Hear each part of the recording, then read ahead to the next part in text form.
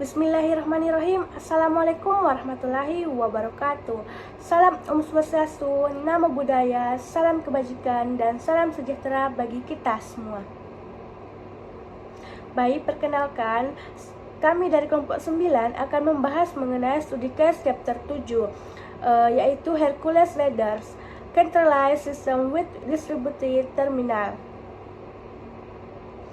Sebelum itu, izinkan kami memperkenalkan diri. Baik, kami dari kelompok 9 dengan saya sendiri atas nama Sulfiani dengan NIM A0312410444 bersama rekan saya Nurul Hidayah dengan NIM A0312411147.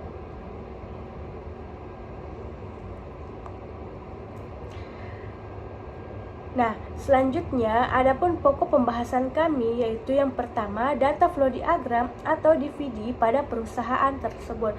Nah, yang kedua yaitu sistem aliran flowchart. Yang ketiga resiko, dan yang terakhir perubahan yang diperlukan untuk mengurangi resiko tersebut. Baik, langsung saja di sini saya akan menjelaskan data flow diagram atau DVD pada perusahaan tersebut. Nah, dimulai dari marketing. Proses produksi di Hercules Ladders dimulai dari perakiraan penjualan yang disusun oleh Departemen Marketing untuk jangka waktu 3 bulan ke depan. Perakiraan ini digunakan oleh bagian Plan and Control Production untuk merencanakan produksi kuartalan. Petugas perencanaan menggunakan terminal komputer untuk memperbarui jadwal produksi digital.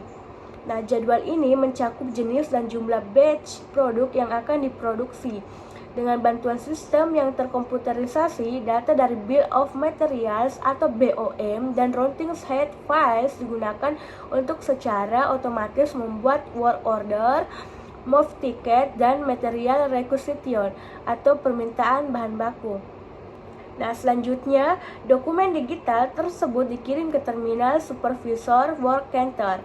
Supervisor mencetak dokumen-dokumen ini dan mendistribusikannya ke tiap pusat kerja yang terlibat dalam proses produksi.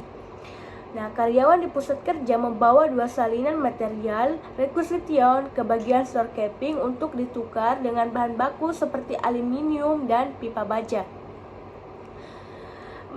Nah, bila diperlukan bahan tambahan melebihi standar, supervisor mengajukan permintaan bahan tambahan. Di sisi lain, store keeping mengarsipkan 1 salinan permintaan bahan dan memperbarui raw materials inventory melalui terminalnya. Salinan kedua dikirim ke bagian cost accounting. Setiap akhir hari, petugas store keeping membuat jurnal voucher untuk mencatat pengeluaran bahan dan mengirimkannya ke General Ledger Control Account. Nah, sementara itu proses produksi dilakukan di pusat kerja. Setelah suatu tahap produksi telah selesai, karyawan mengirimkan move ticket ke bagian cost accounting sebagai bukti bahwa fase produksi tersebut telah selesai. Nah, selain itu, mereka juga mencatat waktu kerja dan aktivitas produksi pada job ticket cetak yang juga dikirimkan ke bagian akuntansi biaya. Berdasarkan work order digital, petugas cost accounting membuat work in process atau WIP account untuk setiap batch produksi. Nah, kemudian selama proses produksi berlangsung, data dari material requisition, move ticket, dan job ticket digunakan untuk mencatat biaya bahan, tenaga kerja langsung, dan biaya lain ke dalam akun WIP subsidiary ledger. Selanjutnya, setelah batch produksi selesai secara keseluruhan, supervisor menutup file work order dan batch tersebut dipindahkan ke finished good inventory. Nah, nilai dari akun WIP kemudian dialihkan ke akun persediaan barang jadi. Petugas cost accounting membuat jurnal voucher harian untuk mencerminkan semua aktivitas dan mengirimkannya ke General Ledger Control Account. Semua proses ini terhubung melalui sistem komputerisasi dengan terminal terdistribusi di setiap departemen yang memungkinkan pemrosesan data secara efisien dan real time. Nah, baik, selanjutnya sistem aliran flowchart yang akan dijelaskan oleh rekan saya. Dengan ini saya persilahkan. Baik, saya akan menjelaskan flowchart dari perusahaan Hercules Leathers. Diawali dengan marketing, membuat sales forecast atau perkiraan penjualan 3 bulan. Forecast ini akan dikirim ke bagian production plan and control. Dari terminal komputer, sistem diperbarui dengan production schedule atau jadwal produksi. Nah, bagian ini juga mengakses bulk of material dan road sheet. Nah, dari situ, sistem otomatis akan menghasilkan work orders, move tickets, dan material requisition setiap minggunya. Work orders itu akan membuka open work orders di bagian kiri yang terhubung dengan work centers. Bagian kedua yaitu work centers. Setelah bagian production planning and control mengirim ke work centers, yaitu work orders, move tickets, material requisition, move tickets dan material requisition itu dijadikan 2 kopi lalu dikirim ke masing-masing work centers. Material requisition diserahkan oleh karyawan ke storekeeping untuk menukar dengan bahan baku. Jika bahan baku tidak cukup, supervisor mengajukan requisition tambahan. Nah, bisa kita lihat di sini material requisition yang bagian terminal hampir menyerupai segitiga. Lalu sini ada material requisition, sort of raw materials. Lalu move tickets itu akan dikirim ke bagian cost accounting. Bisa kita lihat di bagian terminal di bawah ini C yang melambangkan akan dikirim ke bagian cost accounting.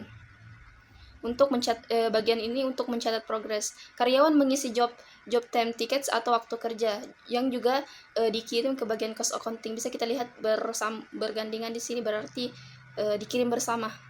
Setelah batch selesai, open work order ditutup oleh supervisor. Nah, bisa kita lihat di sini terminal di atasnya move tickets. Ini berhubungan langsung dengan production plan and control di bagian bawah. Yang tadinya work orders itu yang jika setelah diproses itu yang menghasilkan work orders, otomatis open work orders itu terbuka. Nah, selanjutnya supervisor menutupnya. Nah, selanjutnya bagian storekeeping. Petugas mengarsipkan satu salinan dari permintaan pasangan dan memperbarui file pembelian bahan baku dari terminal kantornya. Petugas tersebut kemudian mengirimkan salinan kedua dari permintaan bahan baku bagian akuntansi biaya. Nah, di sini kita lihat material request dan sort of materials yang dikirim dari work centers. Lalu diarsipkan bagian material request, diarsipkan satu. Lalu petugas kemudian memperbarui file pembelian bahan baku di terminal kantornya dan mengirimkan salinan kedua dari permintaan bahan baku ke salinan ke bagian akuntansi biaya, yaitu material request ke cost accounting. Nah, selanjutnya bagian akuntansi biaya dan general ledger. Petugas akuntansi biaya mengakses perintah untuk kerja digital dan menyiapkan akun WIP untuk batch tersebut. Petugas juga menerima tiket perpindahan, tiket pekerjaan, dan permintaan bahan selama proses produksi yang ia gunakan untuk dikirim ke anak perusahaan WIP. Pada akhir hari petugas akuntansi biaya menyiapkan voucher jurnal digital untuk memposting ke akun General Ledger Control untuk mencerminkan status WIP dan untuk mentransfer ke barang jadi. Bisa kita lihat di bagian C yang berada di work centers dipindahkan ke bagian cost accounting.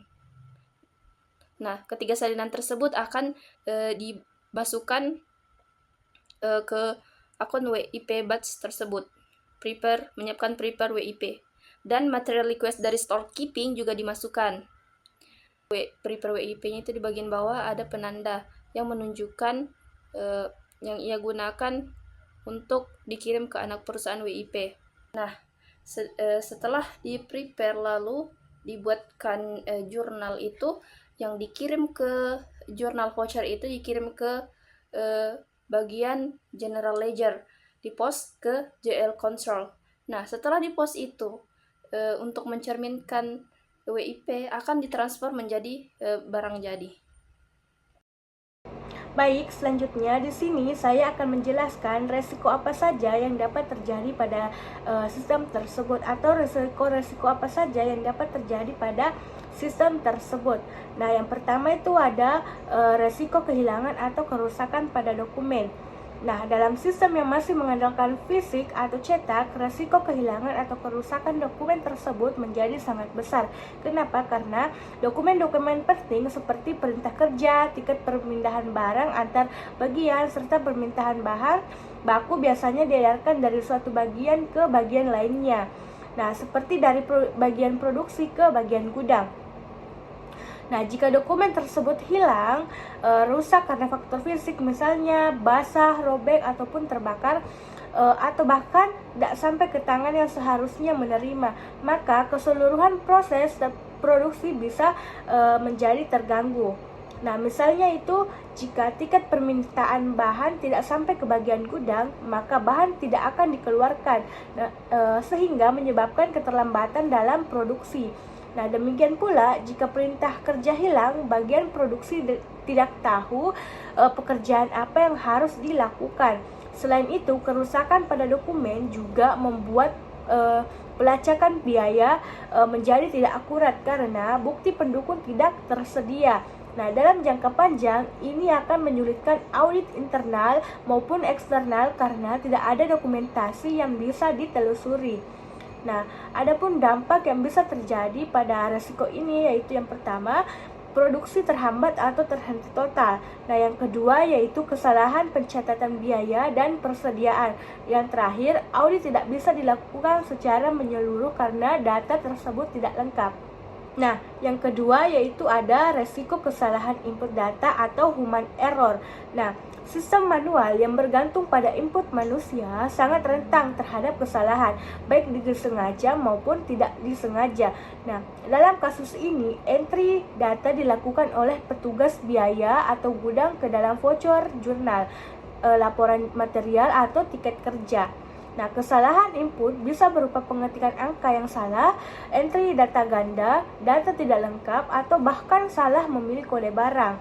Nah, kesalahan-kesalahan tersebut dapat menyebabkan ketidaksesuaian antara data sistem dengan kondisi nyata di lapangan. Nah, misalnya itu jika jumlah bahan baku yang digunakan sebenarnya 50 unit, tetapi tercatat 500 unit. Nah, maka laporan biaya produksi akan sangat melenceng. Nah, ini berisiko membuat manajemen mengambil keputusan yang salah. Misalnya itu menghentikan produksi karena dianggap terlalu mahal.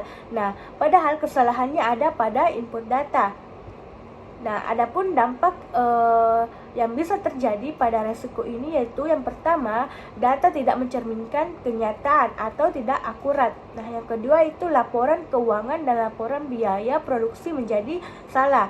Nah, terakhir, keputusan bisnis yang diambil manajemen bisa salah arah karena berdasarkan data tersebut keliru. Nah, resiko yang ketiga yaitu resiko permintaan bahan menjadi tidak terkontrol atau permintaan bahan tidak terkontrol.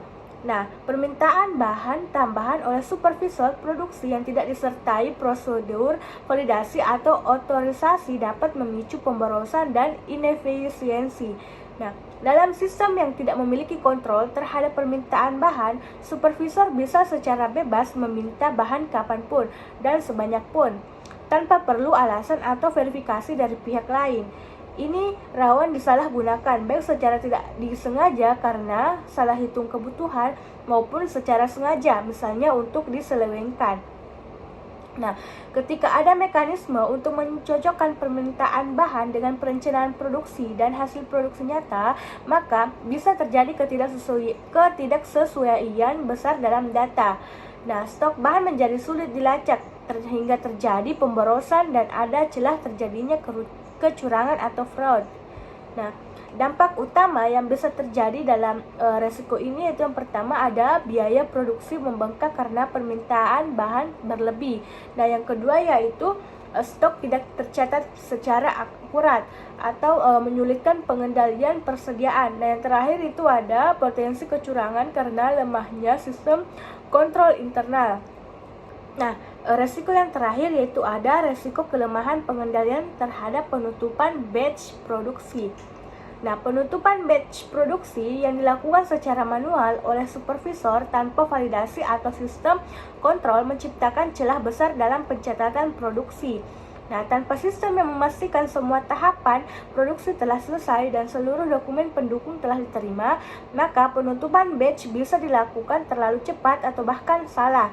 Nah, ini sangat beresiko dalam hal akurasi data produksi, pengendalian kualitas, pelaporan persediaan, dan pencatatan biaya.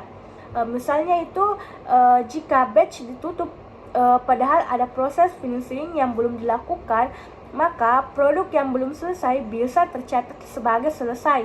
Nah, ini menimbulkan masalah kualitas, biaya tidak akurat, serta stok barang jadi tidak akurat sesuai kondisi real. Akibatnya, laporan keuangan juga bisa salah karena tidak mencerminkan keadaan yang sesungguhnya. Nah, dampak utama yang bisa terjadi pada resiko ini yaitu yang pertama, kuantitas produksi tidak sesuai kenyataan. Yang kedua, bahan baku tercatat salah penggunaannya atau tidak tercatat. Nah, yang ketiga itu kualitas produk bisa tidak terjamin karena tidak adanya kontrol final.